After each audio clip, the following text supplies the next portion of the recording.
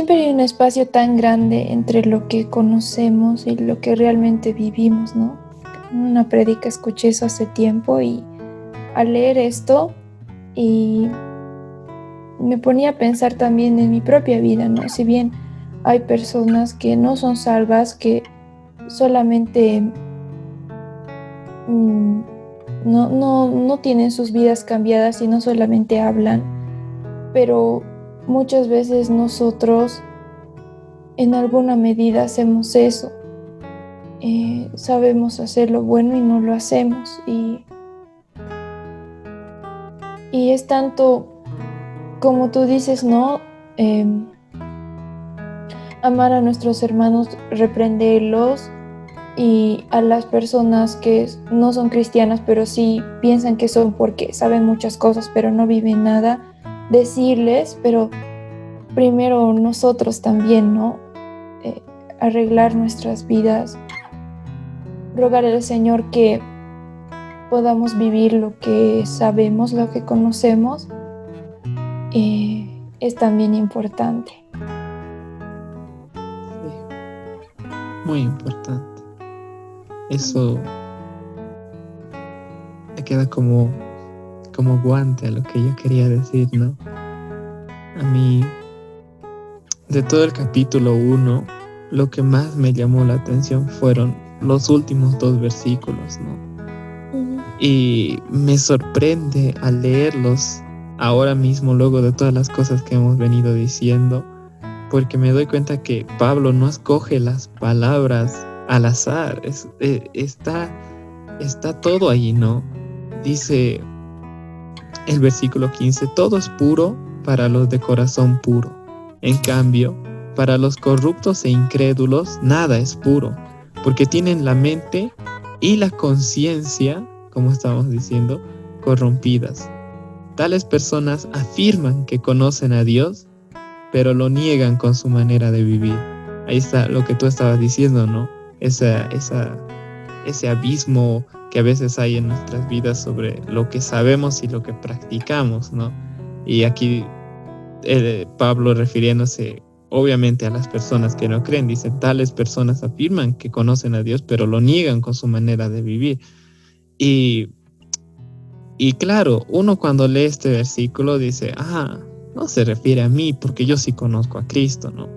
Pero esta última vez que lo he leído, sí lo he sentido como una exhortación hacia mí, ¿no? Porque a veces como cristianos terminamos comportándonos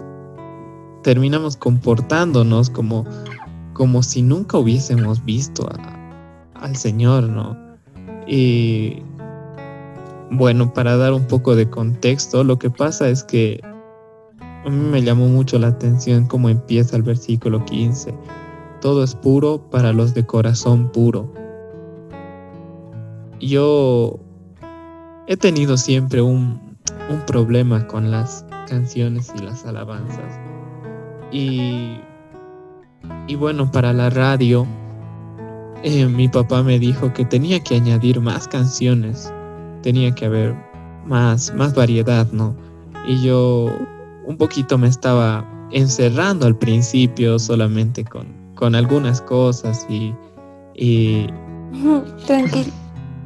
Y bueno, no, me pidió que le ponga más canciones. Entonces yo me puse a averiguar, ¿no? Y me puse a buscar más artistas, más letras. Y al ir buscando me di cuenta que habían tantas canciones tan lindas, con tan bonitas letras, de verdad, que jamás yo hubiese imaginado. Justamente hablaba contigo, ¿no? De eso hace tiempo. Y las canciones que yo al principio como que me estaba encerrando en eso, era como las letras eran dirigidas en un sentido, ¿no? Pero cuando vemos la Biblia, vemos que toda la Biblia habla de lo mismo, habla de Jesús, pero a la vez la Biblia habla de muchas cosas, todas apuntando a lo mismo, ¿no? Y me encantaron esas canciones porque hablaban de esas pequeñas cosas, pero siempre apuntando hacia Cristo. hablaban del amor al prójimo, cómo apunta a Cristo. Y me di cuenta que, por ejemplo, entre las canciones en las que yo me estaba encerrando, no había ni una sola que era sobre amar al prójimo.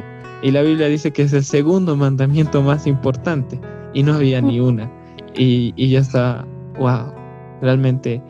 Y más allá de eso, justo hoy me encontraba, ¿no?, buscando más canciones, y estaba buscando otros grupos, y leía las letras y decía, wow, wow. Y yo me mantenía encerrado, ¿no?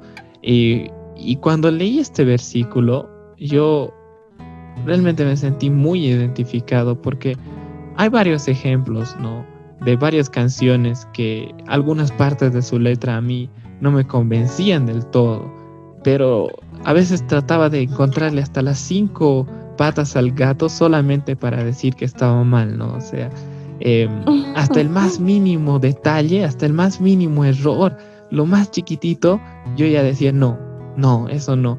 Pero eso, después de todo, no era tan un error. Después de todo, no era algo que estaba equivocado, ¿no? A veces hay algunas canciones que hablan, ¿no?, de cómo Dios dejó todo el cielo por venir a salvarnos.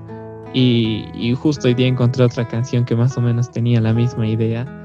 Y luego al analizarlo dije, esto no es tan yocéntrico.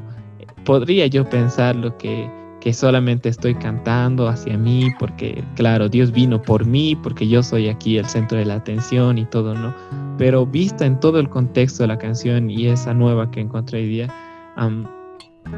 no era tan yocéntrico. Todo el contexto de la canción era cristocéntrico, y viendo alabar a Dios y glorificarlo a Él, etcétera, ¿no? Y esa pequeña parte, era parte de ese glorioso plan, justo como estábamos hablando la otra semana, ¿no?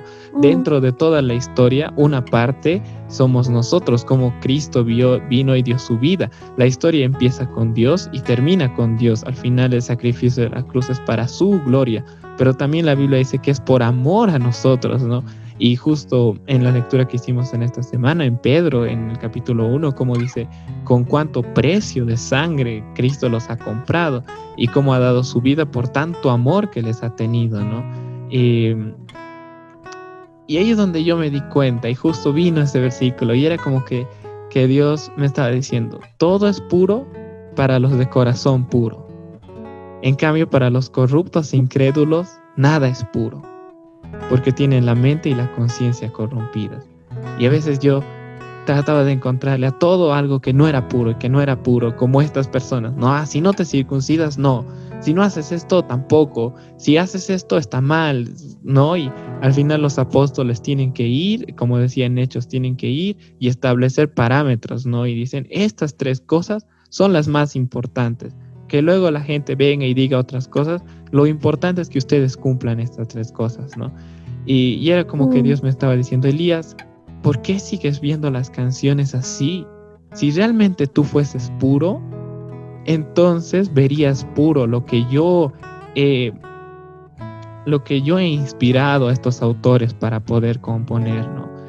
Y claro, obviamente hay excepciones, ¿no? Pero yo me estoy refiriendo a los casos muy extremos que yo estaba llevando. Y sobre todo, ya para terminar el versículo 16, ¿no? Dice, tales personas afirman que conocen a Dios, pero lo niegan con su manera de vivir. Y claro, yo era tan exigente con eso. Yo decía de boca para afuera, ¿no? Decía, tiene que ser así, estrictamente así, no puede ni siquiera decir esto, si dice esto está totalmente equivocado, etcétera, ¿no? Hay, para dar un ejemplo más concreto, hay una canción que decía, cuando yo vi la cruz, mis manchas yo lavé. Y yo decía, eso está mal porque tú no has lavado tus manchas, Cristo ha lavado tus propias manchas, eso no tiene ningún sentido, etcétera, etcétera, etcétera, ¿no? Pero luego analizado más en contexto decía, realmente es como que nosotros cuando hemos visto al Señor, se han lavado todas nuestras manchas, ¿no? Entonces, entiendo lo que quiere decir, tampoco soy ya tan tan estrictamente malo con esas cosas, ¿no? Y luego también en la misma canción al principio decía que Dios se había obstinado o algo así, y yo decía, ¿por qué diría que Dios se ha obstinado? Eso no tiene ningún sentido, también decía, ¿no? Y luego cuando busqué la palabra en el diccionario decía, obstinarse es aferrarse a hacer algo y cumplirlo aún si parece que no tuviese mucho sentido.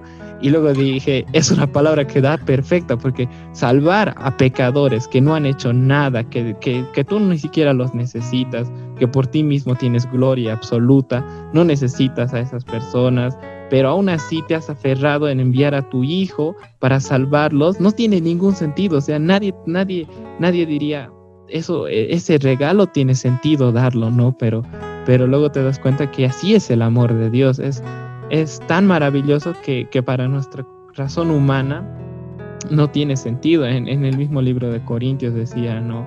Para los sabios y los entendidos de este mundo, el evangelio no tiene sentido, pero para los que Dios ha escogido, aquellos que eran despreciados entre las personas, para ellos sí tiene sentido, y ellos han visto la gloria de ese gran misterio, ¿no? Y luego yo estaba, wow, realmente, ahora sí veo que tiene mucho sentido, ¿no? La misma canción luego decía, y mi pobreza terminó, y yo estaba diciendo, ¿qué se refiere con esto? O sea, que ahora que conocemos a Cristo ya no vamos a ser pobres nunca más. Pero se refería a la pobreza espiritual, igual que en las bienaventuranzas. En Mateo dice, bienaventurados los pobres en espíritu. No se está refiriendo a pobres materialmente, sino nosotros que sin Cristo éramos despreciables, pobres en espíritu, sin merecer nada, y en Cristo hemos tenido una posición. Entonces, cuando Cristo ha muerto por nosotros, hemos recibido una posición que es incluso superior a los ángeles, ¿no? Y tú te quedas como, wow, realmente nuestra pobreza espiritual ha acabado totalmente. Hemos sido transformados de un lugar a otro totalmente diferente, ¿no? Y así fui analizando cada parte y me di cuenta de que solo con ser muy estricto no estaba viendo lo puro que podía ser eso, porque mi corazón estaba muy duro, digamos, a eso, ¿no? Juzgando y le doy muy duramente. Definitivamente, sí. El Señor fue muy bueno conmigo, ¿no? Con eso. Realmente me ayudó bastante. Y me sentí mal porque yo muchas veces exijo tanto en las canciones bíblicas, pero luego no me hago problema por escuchar otras canciones que no tienen nada que ver con la Biblia, ¿no? Entonces, ¿por qué exiges tanto a eso y luego te pones a escuchar otras cosas, ¿no? Una vez ya lo compartí eso en una reunión de prejuveniles y realmente es así, ¿no? Esa vez yo estaba reclamando mucho también sobre esto de las letras y las canciones y los artistas, etcétera. Y unos días después estaba en el auto con mi papá y nos pusimos a escuchar música que no era cristiana, ¿no? Y luego yo digo, ¿no?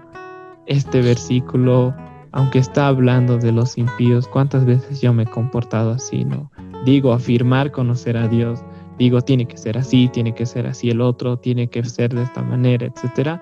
Y luego, con mi manera de vivir, con las cosas que hago, con las canciones otras que escucho, todo eso se vuelve un sinsentido. No hay una congruencia entre las dos cosas. Hablas de una cosa y vives otra cosa, Elías. Entonces, todas esas cosas, todas esas mezclas que estaban sucediendo en mi corazón, hacía que yo no pueda ver la pureza que había en esas canciones, ¿no? Y no sé, leer este versículo definitivamente fue muy directo hacia mí, muy directo. Wow.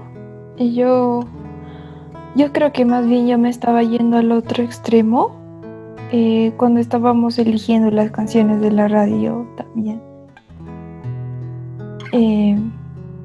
Más bien me estaba yendo al extremo de tal vez un poco pasar el límite de algunas cosas que no estaban bien en la letra y yo no estaba... Bueno, en todo siempre tiene que haber un equilibrio, ¿no? No sé cómo explicarlo, pero en algunas cosas muy, muy importantes. No estaba hablando con claridad y daba a entender otra cosa, tal vez. Entonces, también eso, el Señor nos ayuda, ¿no? A no irnos a un extremo, pero tampoco al otro. Y que nos ayude eso, ¿no? A mí me impresiona lo que dice, porque en esta isla en la que estaba Tito, que era Creta, uno dice, en el versículo 12 del capítulo 1 dice: los cretenses son siempre mentirosos, malas bestias, glotones, ociosos. Este testimonio es verdadero, dice, ¿no? Y tal vez por el contexto que los cretenses habían vivido, los que se convertían a Cristo estaban tan acostumbrados a vivir de esa forma que después seguían tal vez viviendo así, y por eso les empieza a hablar tanto, ¿no? En el libro de Tito, tantas cosas a los hijos, a las mujeres, a los ancianos, a los jóvenes, a todos, de que vivan no solamente de labios para afuera, sino que vivan realmente en el pleno conocimiento de la verdad, que es según la piedad. Y no sé cómo explicar. Creo que luego vamos a hablar más a detalle, ¿no?, de eso, pero como dice en el versículo 5, por esta causa te dejé en Creta para que pusieras en orden lo que queda. Eso era lo que estaba pasando en Creta, todo estaba en desorden. Y Tito es enviado primero por Dios, ¿no?, para poner en orden su iglesia. Y puede que también en nuestras vidas todo esté desordenado, ¿no? Todo está fuera de su lugar, todo está tirado, está sucio.